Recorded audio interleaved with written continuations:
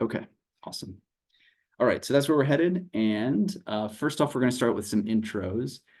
So the great news is we've got a lot of these different folks here on the call. So maybe I'll start, and then Zeke, Ginny, Wakas, if you don't mind doing your intros, a brief version, that would be awesome. So my name is Brooke Meisner, and I've been in staff in the Owen Career Management Center for several years. I work a lot with the Masters of Science and Data Science program, also have some contact with Masters of Finance, and occasionally we'll do some things with the MARC program as well. So that's a little bit about me. Let's see, Ginny, do you mind going next? Sure. Good morning, good evening, everyone. My name is Ginny Ling, and I've been working at the Career Center at Owen this is my third year, and I'm primarily focused on the MSF population, but here to support y'all as well. Zeke? Hi, everyone. Good morning. My name is Zeke Artiaga. I'm the current career coach for the Master of Marketing program. I've been at Owen. It'll be almost a year in this role, but I've been with Owen since 2017 and MBA admissions first, and then I was a corporate recruiter. Before that, recruiting Owen students. So really glad that you're all here. Ross? Good morning, everyone. I'm Wakas Heather, and I am a graduate student at Peabody, but I'm working with Master of Data Science students as a career coach as well. Excited to see you all here. And Wakas, I was just thinking about our icebreaker question. I think I know this for Ginny and Zeke, but I don't know this for you. What was the career that you wanted? What was the dream job path that you had? For me, it has been always oscillating between 2, 3 different things, but one was, of course, pilot. When you said that you really wanted to be pilot, so I was thinking that there was a time when I wanted to be pilot as well. But more than pilot, I think I wanted to be aeronautical engineer, but I couldn't get into that because there was just one school back in Pakistan, and I couldn't pass that test. So since then, I have been in management side. Yeah. Awesome. Thank you. And Jenny and Zeke, thank you for adding yours in too. Zeke sharing the pilot and architect, and Jenny drummer.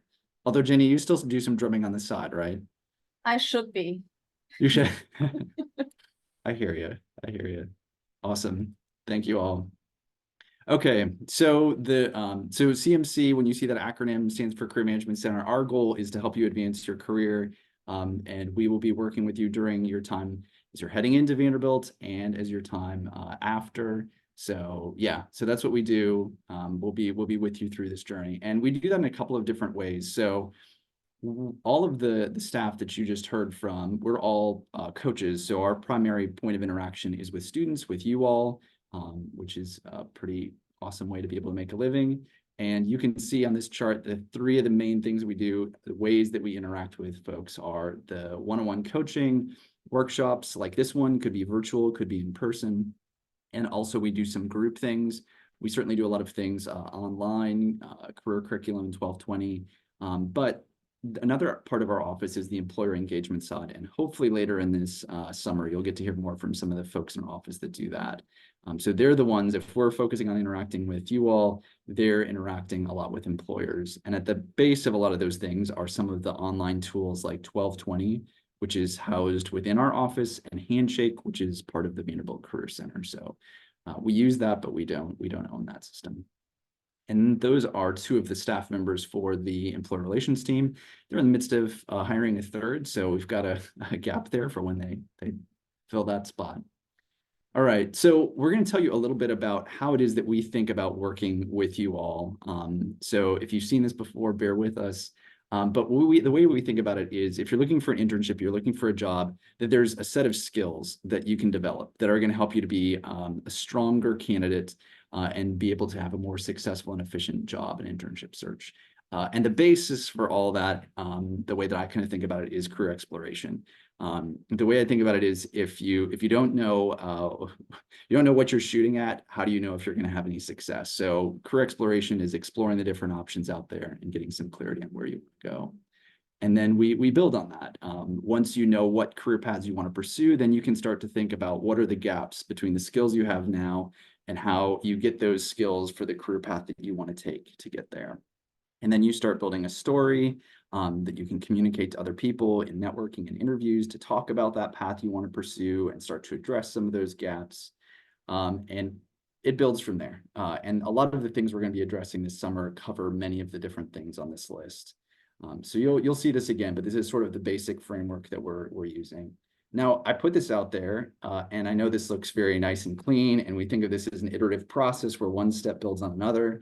I feel like it's also worth noting that a lot of times when you're looking for an internship or a job, at least in my experience, it feels a little bit more like this, a little more chaotic. There's a little bit more going on. There's external forces. And I think we certainly want to acknowledge that there's a lot of different things that can affect your internship and job search. It's not always linear. It can be a little messy. It's rarely in the timeframes that we want it to be exactly. So there are things that happen. The way I think about it is drawing some distinction between the things that are pretty well outside of our control and the things that we have a little bit more control for. And so that's part of the reason we think about things this way is these are the things, if you're working with our office, we're going to be focused on doing this. This is going to be our goal, is to helping you build these skills. They're skills that are going to serve you not just in your time at Vanderbilt, but it's going to serve you beyond. Okay. All right. So while we're talking, I was meaning to do this earlier when we were doing the intros, but I want to hear a little bit from you all. So I'm going to launch a poll question here, and I would love to hear from you all. What program are you in? So our office and our team, we serve 3 different programs. You kind of heard a little bit about some of that before, but the Masters of Marketing, Masters of Science and Data Science, and the Masters of Science and Finance program. And if you start seeing MMarc, MSDS, and MSF, we start using those acronyms a lot. That's what those mean. So, all right, thank you all for sharing that. And here is what we saw, is that a lot of folks from the MMarc program, our single largest group represented here, then the MSF program, and then the MSDS program, which is smaller than the other 2 programs. So that makes sense that it's less. But thank you all. Thank you all. Glad we have some representation across. Programs are definitely a little bit different, but it's always fun to see some interaction across those programs. Okay, so next we're going to talk a little bit about some of the different ways that people think about career exploration, a little bit about some frameworks and some theories. So if we have anybody who studied psychology in undergrad or previously, this may look a little bit familiar. It's talked a lot about in developmental psychology, but this basic idea is that there are sort of 4 different parts or phases of kind of getting a sense of what it is that you want to do. And the way you can think about it is the identity diffusion, the bottom left-hand corner. I don't know what I want to do with my life is sort of the place where a lot of people start. And hopefully, eventually, you work your way towards the upper right-hand corner, which is identity achievement. You've explored options and you've made a commitment saying, here's something that I want to try. Again, I know this isn't always as linear as this looks, but I think it can be helpful to think about where we are in these different stages. So the foreclosure and moratorium stages, if you think about those, moratorium is in place where you're exploring options, you're thinking about things, but you're really not sure what it is you want to do. You haven't committed to anything. And foreclosure could be that you've made a choice and you said, hey, I think I want to do something, but maybe you haven't actually explored what's out there. Maybe you're just kind of doing what someone else suggested that you do.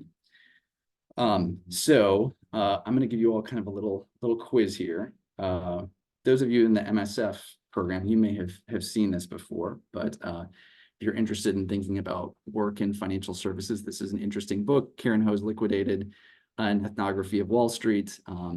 So there's an interesting quote that I found in this book, and not that it's anything groundbreaking, but I think something that some of us can maybe relate to. So the quote is, could it be at all possible that the culture of success at top schools drives people to skip right over the most important part of cognition, getting to know themselves and what they want and need, and instead sends them straight into the outstretched arms of JP Morgan's HR department, which I will say in some regards is not a terrible thing. And I will say JP Morgan could be substituted in for, I think, any big major, company, right? Any major employer you could substitute them in. I think some of the firms that do some very early recruiting could probably even be a little more likely for that substitute in there. But so quick question for you all. If you think about that, which those people who are doing that, if you aren't taking the time to get to know yourselves and what you want and need, which of these 4 categories does that fall in? Anybody want to, any thoughts on that? Put that in the chat.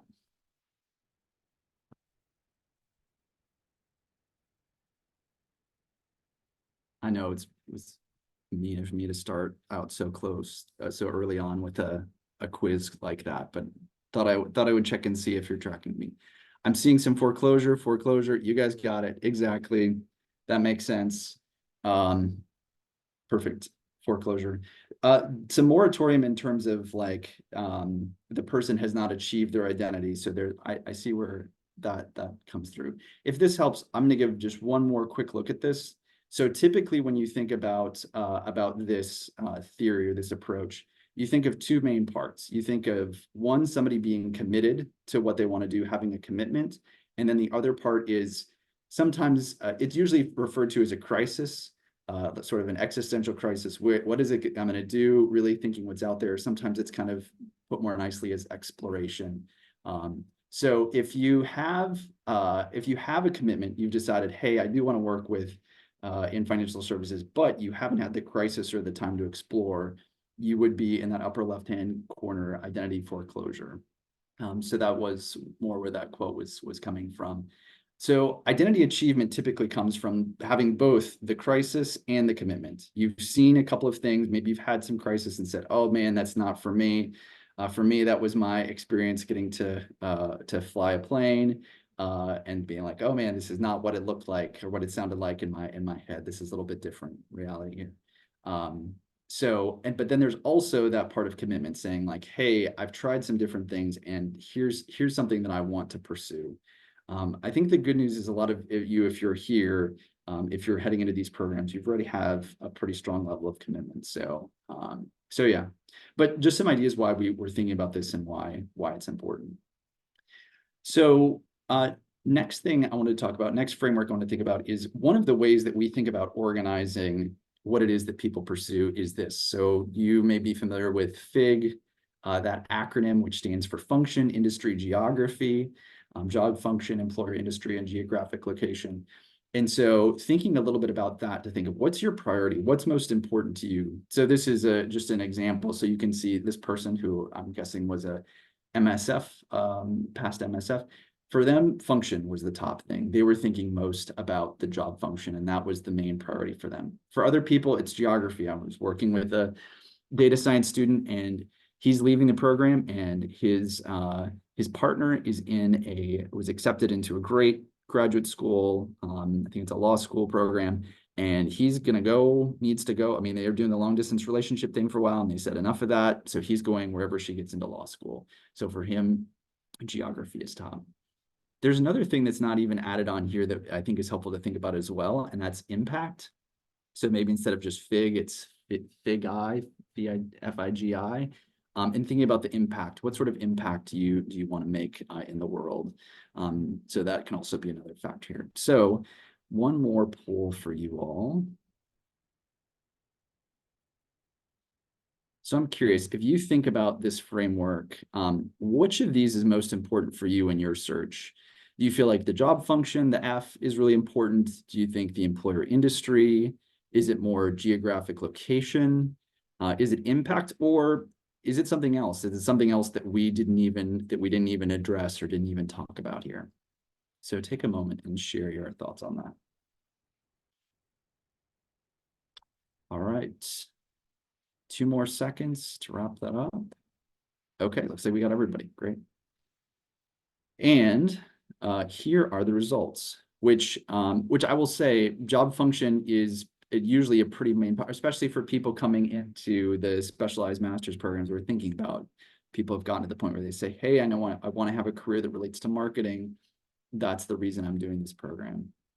Interesting. I wouldn't have guessed that we would have as many people say industry. So sometimes when I see industry being high, that will relate more to people saying like, hey, I have some past work experience in this industry, and I really want to go there. It could be an internship. It could be a full-time job. Geographic location can be important, especially think about friends, family, getting close to loved ones, or just a place that you really want to see. and then impact there as well. Great, thank you. All right. So next up, we're going to switch from talking a little bit about the theory to talk a little bit about some of the data that you may want to think about as you're thinking about career exploration. So one of the best resources for this is the employment reports that we have. So this is a copy of the 2022 MMark 1, and you can see within that we capture job function and industry. And one of the things that's cool about the MMark program is how many different industries people go into. They really do head into a lot of different industries. And we have the employment reports for both the MSF program and the Masters of Marketing program. I'm hoping that this year that we can do, we have yet to do one for the data science program because it's a new program and we've only recently started working with that program. But I hope you can check that, check out some of the other resources that we have related to that. So for the MSF class, this breaks things down by job function. So this is pulling from several years of employment reports, and investment banking is definitely a pretty common path for folks that head into that program. Not a surprise, kind of an area our program has been having a lot of success in, although certainly a challenging area to break into. But I think it's also important to see the variety of other areas that people head into: consulting, corporate finance, other roles in financial services, research, real estate, valuation. There's a number of different areas in there. And then like I said, for data science, we don't have the employment report out yet. Hoping that this year will give us a chance to do that, assuming people keep sharing their employment outcomes. Technology, I think when a lot of people think of data science, they think of the tech industry, which makes sense, but also good to keep in mind that there's a lot of other areas. Education, nonprofit is an industry that a lot of folks head into. Financial services, healthcare are also pretty high as well. And of course, there are others beyond that. So just examples for some of the ways that you can use data to start thinking about which paths may make sense. So one of the things I would encourage you all to do is to be checking out the resource library on 1220. So we were talking about past employment reports. You can find links to the past employment reports that we have there. You can also find a link to, and I'm getting into some of the resources that we have. You can also find a link to this, which is the raw data minus salary information, not sharing that, but the raw data that you can see based on all of the different career paths that people, so this is, line by line information that's used to create the employment reports. And we have it going back for a couple of years. So if you want to get into 1220 in the resource library, please start checking that out. It's a lot of great information. I will say we don't have this most current year because we're still in the midst of collecting data for that. But you can head back so class of 2023 and back, you can start checking that out. So I would definitely spend some time there. If you're looking for, as you can see on this, this is actually some of the Masters of Science and Data Science. You can see there's name of employer, there's job titles, you can find industry and the function that we were talking about. You can also even find those of you who are on a student visa. The far right column is work authorization, so you can kind of see if someone was on a student visa or not. All right.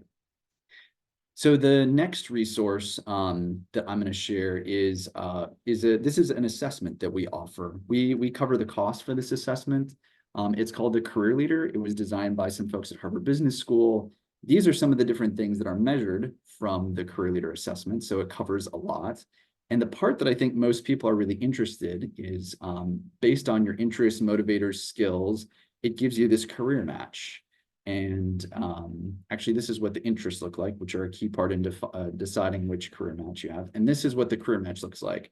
So I'm giving, for this person, this is just the top couple of results they have, but they have about 40 to 50 different careers. They're all business-focused careers. This comes from Harvard Business School, so it's very, very business-focused. You're not going to find careers in art or being a pilot or things like that. So it's very targeted on career paths that relate to that. So you can see here with this assessment, yeah, this person was probably a little more marketing focused, I would imagine, maybe an MMark based on several careers that relate to that. Aaron asked about the number of times you can take the Career Leader assessment. I believe once we give you access, I think it's 2 times that you can take it, maybe 3 at most. But I believe it can be done twice. If you're going to do it more than once, I would suggest putting some time, a couple of months between taking it. If you want to take the career leader assessment, sure. If you want to take the career leader assessment, please feel free to email me, brooke.meisner@vanderbilt.edu. Let me know that you're interested somewhere in the subject line of the email. Let me know that you're interested in taking the career leader, and we can set you up so you can take that. On the career exploration side, if you click through and you see on this career match some of these different categories, and you look at some of them and say, hey, I'm not sure what research and development management or business analytics means, it gives you a quick description if you click through, and it also tells you about how your interests, motivators, and skills would relate to that. So for business analytics, it talks about how application of technology and quantitative analysis are pretty high, theory development and research. So it gives you some examples of why someone might be a fit for that area. So just to dig in a little bit more briefly, even if you're not going to take the career leader assessment, I think this is kind of helpful about thinking about these different options, is you're going to spend a little bit of time talking about these different, so these are the main interests that are measured. And the way that the assessment works is they take a look at how those areas of business interest match up with people who have been in the careers in these career paths for 7+ years and have high levels of satisfaction. Zeke, thank you for adding that in the chat. So for example, for marketing managers, they found that people tend to score high in the area of enterprise control and influencing through language and ideas. So that's, and creative production is sort of the third one there, managing people. And I will say that's marketing managers, just so taking note of that.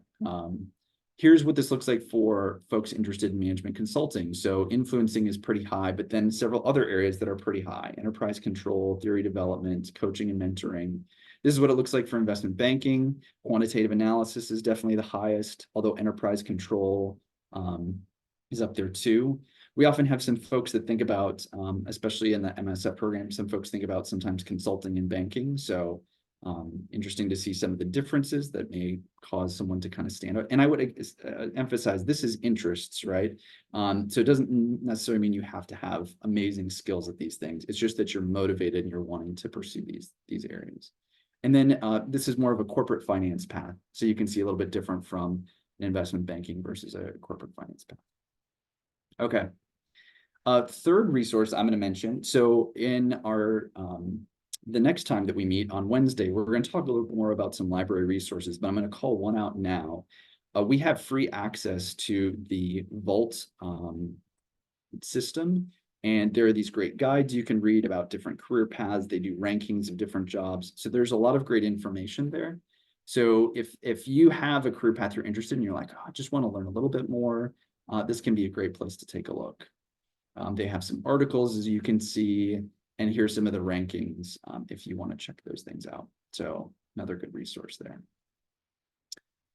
Okay, two more resources I'm going to mention. One of them is if you are a book person and you want to spend a little more time doing a deep dive into career exploration, this is one of my favorite books on the topic.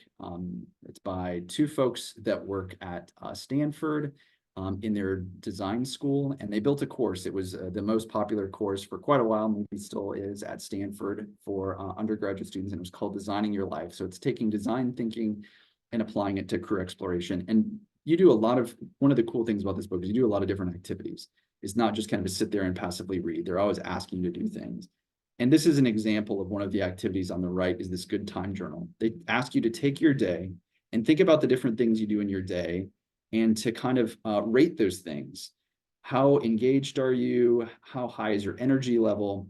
And to start to look for patterns and find patterns on that. And by the way, I will say, I think one of the most important things in career exploration is this idea of looking for patterns in your own life. What are the things that really stand out and are meaningful, things where you have high energy, things where you are engaged.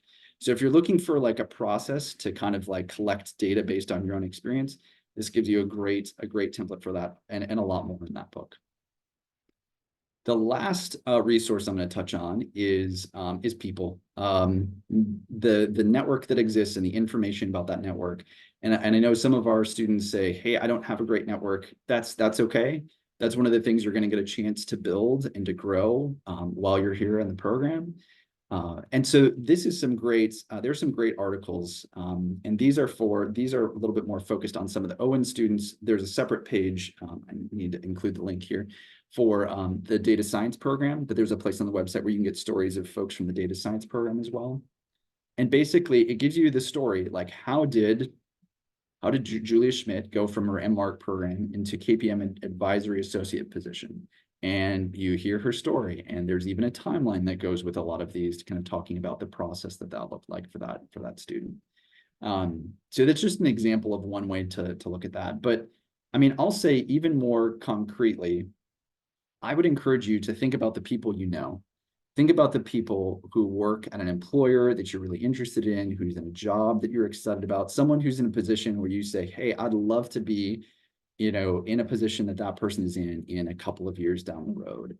And I would suggest starting with people that you already know, people you already have a connection with, family, friends, coworkers, all of those kinds of people. So I would think about that. One of the ways that this can really work well is if there are people who are a mentor. If there's someone that you can find as a mentor that can help you. Some of you may already have a mentor. Maybe this is a good point for some of you to think about developing a mentor. That can be a really powerful way to do this, but it doesn't have to look like that. It could just look like having coffee with someone you have a lot of respect for, or, you know, an uncle or a friend of a friend. And so we'll talk more about informational interviews, but I think these are some great examples of questions that you could ask when you're thinking about career exploration. You know, how did that person find that role, and how did their career progress? Why did they decide on that path? What about the other paths that they excluded? What's the best way for someone in your position to learn more about that industry or that role? And then that last question, I think, could be especially helpful. Who else would you suggest I talk to in these things? That can start to get into questions that can help you even more as you start looking for internships and jobs. Also, I think another great resource for this is, of course, AI. I mean, we'll talk a little bit more about how you can use AI in other parts of your career search, but there's some cool things you can do with AI too, just to get ideas of different career paths. Some of it can just be saying like, hey, I'm thinking about this career path. What are some of the things I should be reading? What are some of the most important skills for this area? I like this first one too. You know, give your existing resume or LinkedIn profile. It could be an old one. It doesn't have to be the most up to date. And ask, you know, what are some jobs that might be a good fit for me? Since we're talking about this, if anybody else has any other great AI prompts that have been helpful for them, especially on the career exploration side, or thinking about employers or jobs or industries they're interested in, please feel free to drop those in the chat. I'd be interested to hear about that. Okay, so before we start our activity, and this is the one where I mentioned having a paper and pencil or pen, or something where you can do some sketching and drawing. Nothing too fancy, but something to draw. I feel like you could use paint if you needed. There's keyboards, paint on your computer. But before we dive into that, or while some of you are going ahead and getting those things, a couple of quick questions I want to ask you all. Okay, two different questions this time. First question I'm going to ask is, how confident are you with your post-program career path? When you think about where you want to go after that program, where are you? So is it, I have yet to think much about that.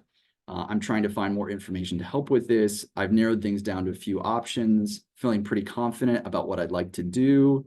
Or if you're really out there, I've got a tattoo with my next job title or employer. You're feeling good about it. After you're done with that question, there's a second question below it, and that's how much do you know about the career options for your program? Could be just the program name, and that's okay. It could be that you've got a few ideas. Could be that you've looked through some of the existing outcomes and you're considering some of those options. A little bit more time could lead to you saying, hey, here are 3 different types of roles that those from my program have gone to that I'm thinking about. And then all the way to, if I've had conversations with several people who have experience in the roles that I'm interested in. Okay, great. Everybody responded. So here are the results. So for the first question, how confident are you with your post-program career path? Definitely the most common answer was, I've narrowed things down to a few options, which is great, a good place to be in. If you're trying to find more information to help with this, hopefully this is going to give you some ideas about this, and feeling pretty confident about what I like to do. That's awesome as well. Hopefully this gives you some ways to kind of test that. You know, if you have this hypothesis is something I want to do, hopefully this allows you a chance to test that a bit more. Okay. Question number 2, how much do you know about the career options for your program? Awesome to see that a lot of people can name at least 3 different roles from the program that they've entered into. They have some idea of what the paths are. I will say, you could be one of the people that kind of breaks through into a different path that's not as common for the program, which is completely fine. But it's also good to have a sense of what are the common paths. Good to see some people have a few ideas, looking through some existing program outcomes. Hopefully some of the information we're sharing can help facilitate that too. Great. Okay. Next up, so we're going to do, hopefully you saw when you're looking at joining these, that we're going to do a couple of exercises from time to time to help kind of put some of this into action. So that's where we're headed now. So what we're doing now is we're going to do something called a wandering map. It may not look like that, but it could. And this comes from a book called You Majored in What? Mapping Your Path from Chaos to Career from Catherine Brooks, who headed up the Vanderbilt Career Center for a number of years here. So this is the exercise, like I said, paper, pencil, something to write on, something to do some drawing on. So get that out and ready. So basically what I'm going to do for the next about 10 minutes is I'm going to give you all a couple of prompts to help you think a little bit about your past. We talked about how with career exploration, looking for patterns is really important. So a lot of this exercise we're going to run through is looking at patterns. All right. So as you've got your paper out, I'm going to start reading a couple of different prompts to you. And hopefully these are some things that are going to get you thinking about what it is, what are some of the existing patterns, and what are some of the things from your past that are relevant as you're thinking about your career. All right. Okay, so get ready, and yeah, we're gonna start through these prompts. So have your writing utensils out and ready to go. So what I want you to start thinking about are interesting and significant things that you've done or that have happened to you. So you can think way back to even before you started school, or it could be something that happened more recently. Okay. So that's what we're going to be walking through, is some of those prompts. So as you're coming up with these things, just go ahead and start putting them down on the sheet of paper or the document that you're using. It doesn't have to be fancy, doesn't have to be complex. It could just be something, a word or two. But I want you to start thinking about some of these things. So think about some of the most interesting classes that you've ever taken. Think about some memorable summer experiences that you've had when you think back over your life and some of the great summers you've had. What are some of the things that you're most proud of? And what about some of the tough challenges that you've faced in your life?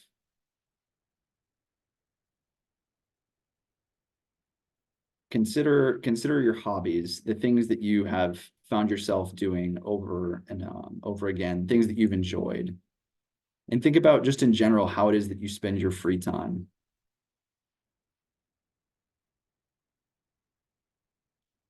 Think about your favorite time in school, where there's certain parts of the day that you're especially drawn to. So again, your responses on this, it can be short. As you start putting ideas on your paper, on your document, just to make sure that things don't start bleeding all over the place, it can be helpful to have like rectangles, boxes, circles around those different ideas. But keep going, and as I keep going, you're going to be filling up your page, and that's just fine. You don't need to organize this yet.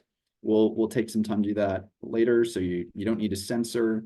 So you don't need to start doing anything with it yet, but just start thinking about this. And you can see here on this slide too, I've talked about a couple of these, but think through things about your family heritage that are especially meaningful for you.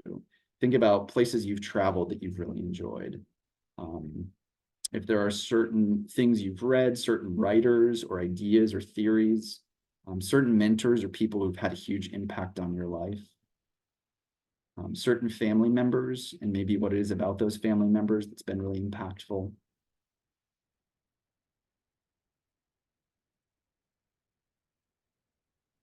And I've been talking a lot. I'm going to give you another minute or two to work on that quietly before we move on.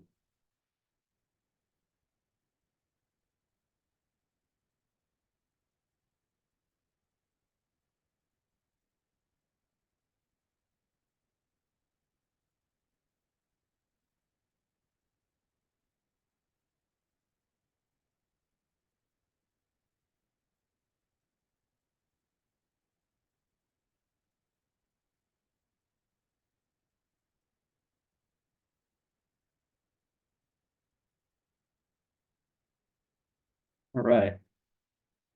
So again, keep going as ideas pop up from that.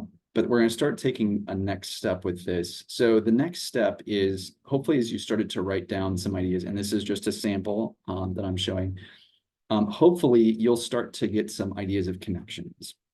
So I want you to take a look at your page and start seeing if there are things that have some connections. So for this person, it could be that some things in their scrapbook reminded them of their poetry slam and their English major, and they're seeing some commonalities between writing as something that was really important for them. So go ahead and start looking through and start drawing some lines or connections. As you do this, if you think of other kind of concepts, other ideas that you want to add, just go ahead and add those to what you've got. So now I'm going to give you a minute or two to keep on making those connections.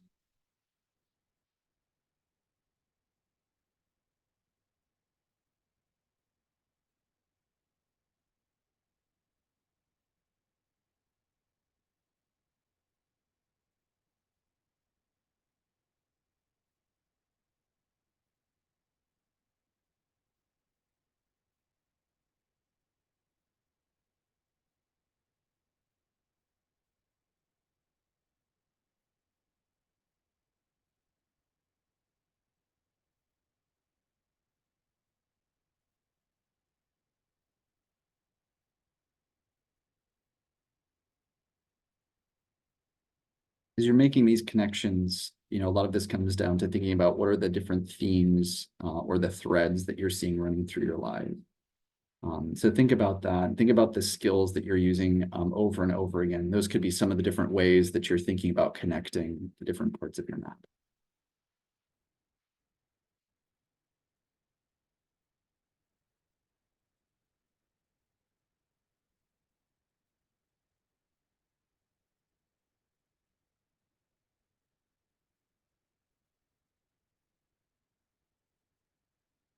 Before we hop to our next step, give you a couple other things that you may want to think about putting down on your map. It could be objects that you use or enjoy. It could be things like books, computers, binoculars, journals, paintbrushes, athletic equipment. So you could think about some of those things as well. Those could be other things that you add to your connections and then find themes with those. Think about key events in your life. They could be positive or they could be negative. We talked some about people who've really had a profound effect.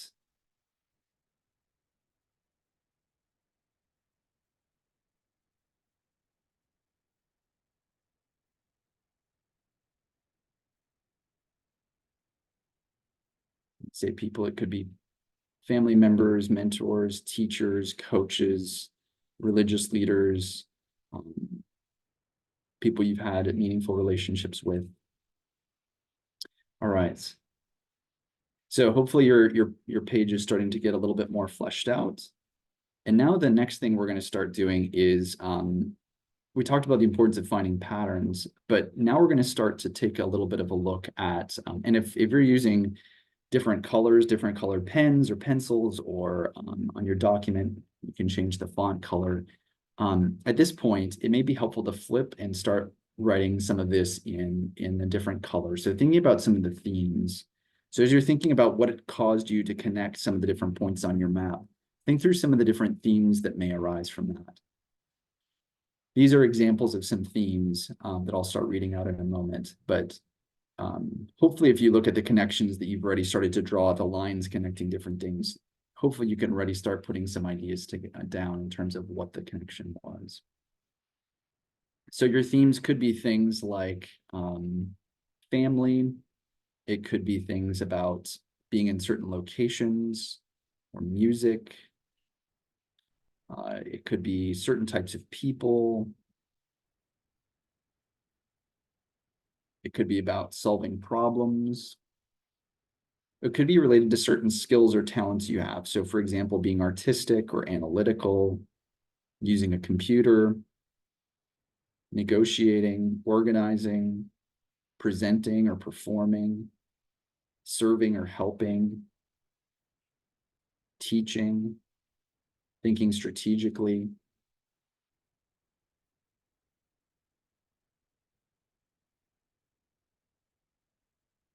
So I'm going to give you another moment to work on labeling some of the themes that you have.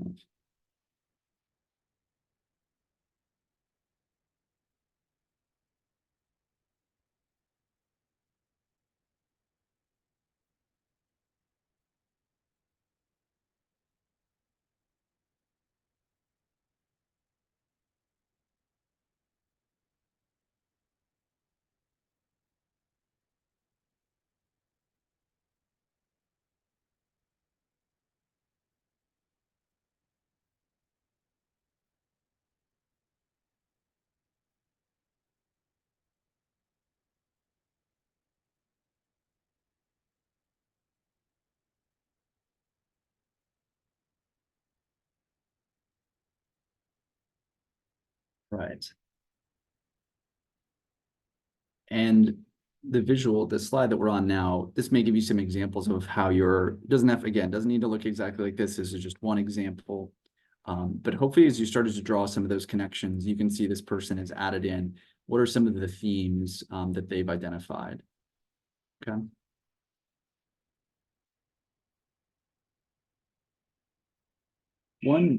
One last step that we're going to take with this before we wrap up with this is to start thinking about possible skills, or skills is an imperfect word here, thinking about kind of what it is that's important to you.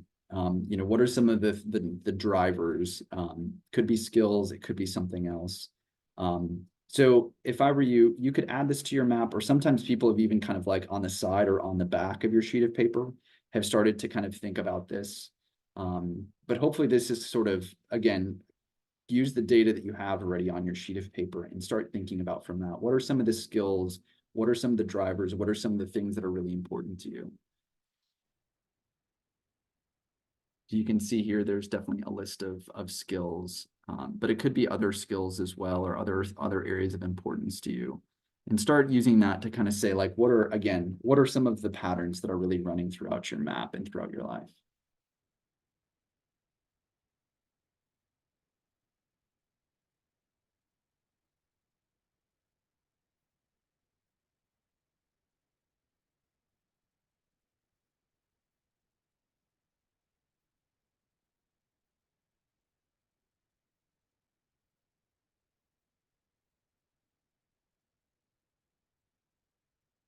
Okay.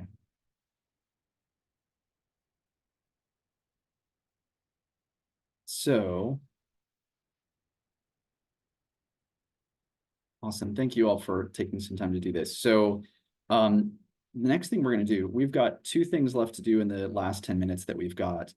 What I'd like to do is, and I know this can be, I was a little tricky when you're doing this on a Zoom thing, is if I were you all, one of the reasons I would want to come to these would be a chance to get to know some of my potential future classmates. And I know we've got 3 different programs represented here, but when I've done this activity before, I think it'd often be helpful to kind of debrief a little bit or share with somebody else. So what we're going to do is we're going to, in a moment, create breakout rooms, and we're going to have people get into groups of 3. We're going to give you all about 5-6 minutes. So if each person can take about 1.5 minutes, and you don't have to share everything, but if you want to share a little bit about what you found in your wandering map, some of the patterns, some of the skills, some of the things it's getting you think about, how it relates to your career path, that would be awesome. And also hopefully quickly introduce yourself to the other members of your group. So I know there may be a few people who are not in a situation where they're able to do that. Ask that you try the best you can, but I know if you're not able to participate in a group like that, I get that. I know sometimes maybe in a spot where you have to keep it quieter. But Wakas, if you've got it all set up, go ahead and open up the breakout rooms and we'll bring you back in about 6 minutes.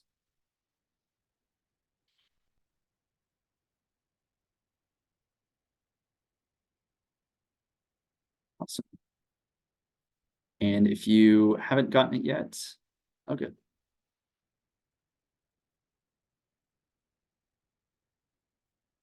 Zoom recording for us. Okay, great. I think we've got almost everybody back. Hope you all enjoyed getting a chance to get to talk some with your classmates.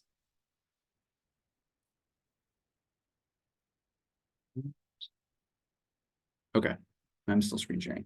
So wrap up, last couple minutes we have. First, these are some quick questions for you all. Just want to kind of do a quick summary from where we've been, and we're going to do these just right in the chat box. So quick question for you all. Where can you find data on where past ON and data science students have secured roles, including job titles and work authorization? Can you find that in A, Handshake, B, 1220, C, program employment reports, or D, this information isn't shared? Where in the chat box would you find that?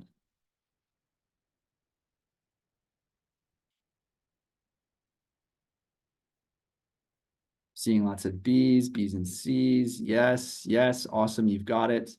1220, the resource library, you can get the full breakdown, and the program employment reports, you can get it in a public version. You can't get the line-by-line data, but yeah, awesome, perfect, you've got it. Okay, next question is, we talked about a couple of different tools today. We talked about Career Leader, we talked about books like Design Your Life, we talked about the Vault guides, we talked about using the resource library in 1220, employment reports, Career Leader. So list at least one tool that you think might be helpful for you. And it could be something we didn't even talk about if there's another tool. So I'm curious, if you don't mind, in the chat box, what's a tool that you want to spend a little more time with to help with career exploration? Awesome. 1220, Career Leader, Vault resources. Great. Awesome. Career Leader, Career Test. Perfect. Okay. Great. Those of you who want to take the Career Leader, please check out the Zeke added that information with my email address in the email. Oh, cool. Awesome. Thank you for sharing that, Aaron. I want to spend some time on that later. Last quiz question I've got for you all is, when is the next one of these series that we're doing? A, is there another one? B, tomorrow? C, next Wednesday, 6-5 at the same time? Or D, this is the last one? And answer is next Wednesday. I'm sorry, it's actually this Wednesday. The next one is Wednesday. So it's 6-5. And it's 9 a.m. same time, same channel. We hope to see you there. So before we sign off, two last things I'm going to give you to think about. This is a concept I've just been recently made aware of, and I think is pretty helpful and informative. So if I'm pronouncing it correctly, it's Ikigai. It's a Japanese philosophy. But so we've spent a lot of time today thinking about sort of the stuff on the top and on the left, what you love and what you're good at, which I think knowing yourself is an important part. But we have not spent much time thinking about on the far right side, what the world needs, and on the bottom, what can you be paid for, which are important things to consider as well. So next time, we're going to be spending some time thinking about that, where you think about your plan, bridging different skill gaps, and going from there. So if you would, you don't have to do this, but something that will make our session next session on Wednesday more helpful is if in the meantime, you would find 2 job descriptions or internship descriptions for roles that you think sound really cool, really interesting, things you'd be interested in pursuing at the end of or during your program. Okay. So if you would do that, bring that with you. And then here's the quick map of where we're heading this summer. So we've got 6 different sessions And June 5th, your story and plan is where we'll be headed next. So yeah. That is all I have for today, but I'm glad to stick around a bit if folks have any questions or if there are things that we can help with. But thank you all for joining us. Like I said, 9 a.m. on a Monday morning for several folks, or later in the evening, perhaps for others. Thanks for being with us. It was great to have you here. I'm going to go ahead and pause on recording.